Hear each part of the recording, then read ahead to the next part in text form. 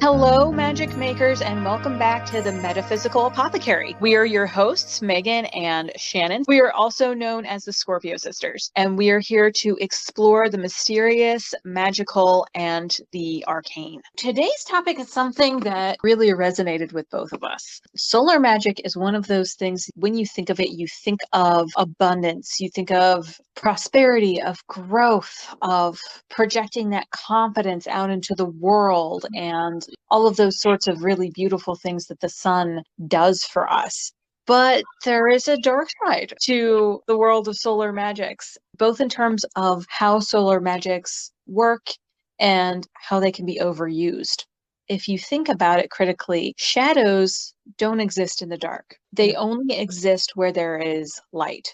When you're using solar magic, sometimes that light can blind you, and you don't necessarily always see the shadows, even though they're there, even though we need to explore them. So while the light can illuminate those shadows and be with us and comfort us while we're exploring those things, if you have a bright spotlight that's kind of shining down above you, it's going to not only shove all of those shadows into the corners so you can't see them, it's going to make them look totally opaque. It changes their shapes. It causes a little bit of fear to start manifesting of those shadows. Mm-hmm. And if you're too afraid to work or move with the shadows or into the shadows, there's parts of yourself, there's aspects of yourself and your trauma and your experience that you're not working through, that you're ignoring and repressing and suppressing. Uh-huh. Shadow work is intense. Mm-hmm.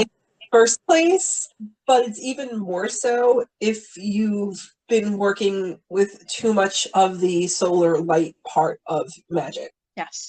This can happen most often for those who are too immersed in the love and light aspect of magic. Not that there is anything wrong with working exclusively in love and light, but when you're doing that, you also have to acknowledge the other aspects of experience that surround those things. When we're working exclusively in love and light, it can turn into this toxic positivity, toxic high vibe place where not only are you projecting too much outward and burning yourself out spiritually and magically, you're also stuffing down all of the experiences and all of the things that you need to be exploring so that you can work through them, process them, and heal from them so that you can allow more of the positivity that you're seeking into your experience.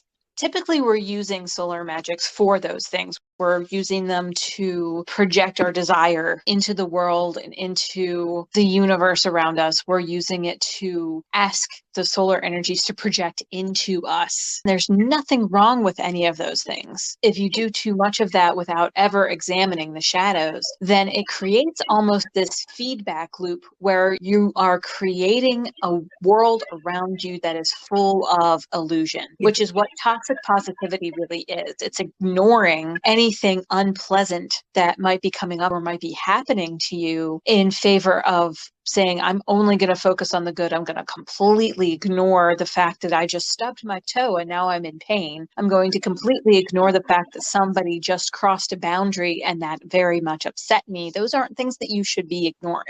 Just based off of pure survival instincts, ignoring pain, hurt, or any of the negative emotions tends to lead to not being able to survive.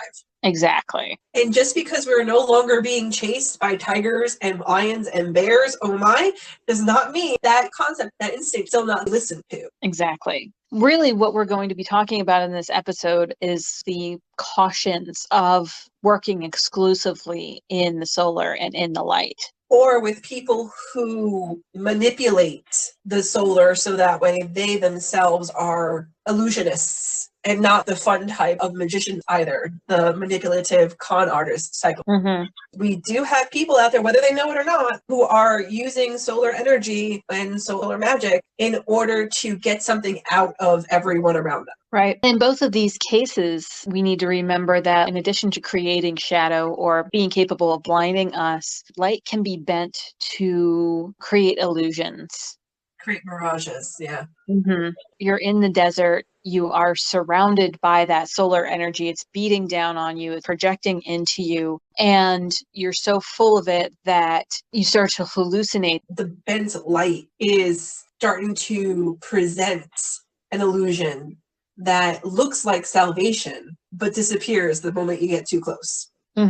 It's like a false hope. I think that's a really good way of putting it. Engaging in purely projective magic like that creates a sense of false hope that we cling to so hard because we want things to be good. We want to be able to manifest the stuff that we want. There's nothing wrong with that. Of course, we want to manifest the stuff that we want. The stuff that we want are things that we need to survive or things that we want to make us more comfortable or to make us happier and more secure.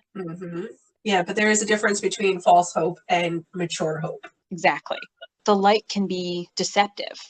This kind of magic working can come from a place of only wanting to receive the results that you want to see. So that's where the illusion in the magic comes from. Shannon gave the example before we started recording of you stub your toe, and rather than standing there and going, ow, shit, that hurts, and letting the pain subside, you assign a meaning to that. Oh, I stubbed my toe so that I would be delayed just long enough from crossing the street so that I didn't get hit by a car. But unless there are serious other signs to indicate that that was the case, you probably just stubbed your toe. It's okay to be in pain. It's okay to let your body and your mind process that. It's temporary. It'll pass. That's really how a lot of negative emotions get pushed aside by toxic positivity and especially strong solar projective magic and energy. There's that push aside everything that makes me feel anything but positive. It will go away. If you stub your toe and then you continue to walk on it, you don't know if it was a stubbed toe or a broken toe, and now you have fractured your bones in your toe. If you just took the time to assess the pain, to feel the pain, to know the pain, and if it subsided, you know, okay, that was just a stubbed toe, or if it's continuing, this is a more serious problem. You don't know that because you ignored it. Then assign a meaning to it that may or may not have actually been there. Something else we need to remember when we're working with any kind of solar magic is that the sun is by itself in the sky. It's isolated. A lot of times it's the only celestial body we can see in the sky for up to 12 hours at a time or more in the summer. When we project so much of that energy out around us, because that's what solar energy does, we're using it to project and manifest, we're actually creating this no man's land of isolation around us as well, because it prevents us from creating those connections that are going to help see us through when we do finally have to face some of the shadow work, external and internal issues that magic can help us with. Another instinctual thing is to be able to connect. Whether you're connecting to other humans, you're connecting to other animals, or you're connecting to plant life. Without that ability to connect, because all you're absorbing is solar magic energy, and then you're absorbing the qualities of an isolated, individual, independent light source, it's really, really hard to see that others are empathizing with you. You might be able to empathize and sympathize with other people, but it's really hard for you to see that others are doing it with you because you can't see the connection. You can't feel the connection that is there. Right? Because as you're projecting outward, you're actually pushing those energies away from you. The people may be there, the sources, the spirit guides, the deities may be there. I can't say I've never done this, but we can become so focused on just that one end goal, on that narrow little tunnel that we've placed ourselves in, that we don't see any of that.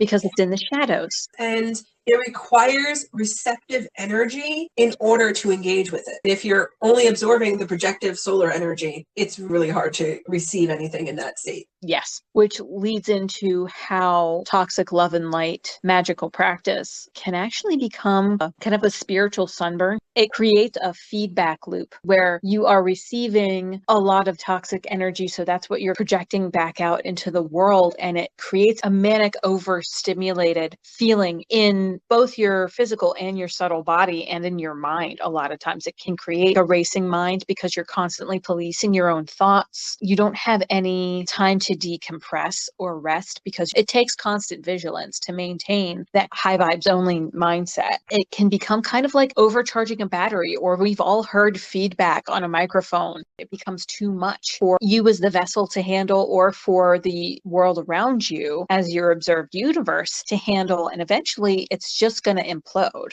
It's also possible for your magic to start plateauing. Yeah. You can't really move that much when you have a bad sunburn. You can't really do much magic if you have a spiritual sunburn. Exactly. This will show up in the form of burnout. You may notice that your workings are fizzling out. You may notice that your wards aren't as strong as they used to be. You may notice that your relationships with your spirit guides and deities aren't as solid as they once were. Or loud. Yeah. And those are all signs of magical burnout.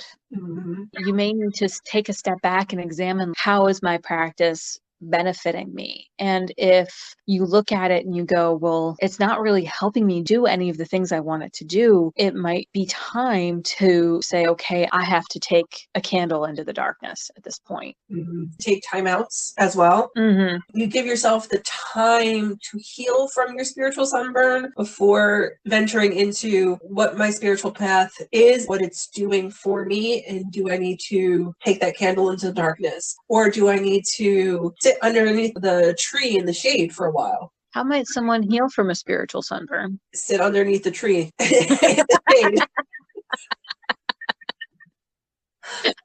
I just told you, Megan. That's all we have on the topic for today. Thank you so much for listening in, and we hope you'll join us again. In the meantime, you can follow us on our blog for some more witchy wisdom, as well as check out some of our original art on Society 6 for sacred decor and more. Thank you again for joining us, and go make some magic and live your best life. Bye. Bye, everyone.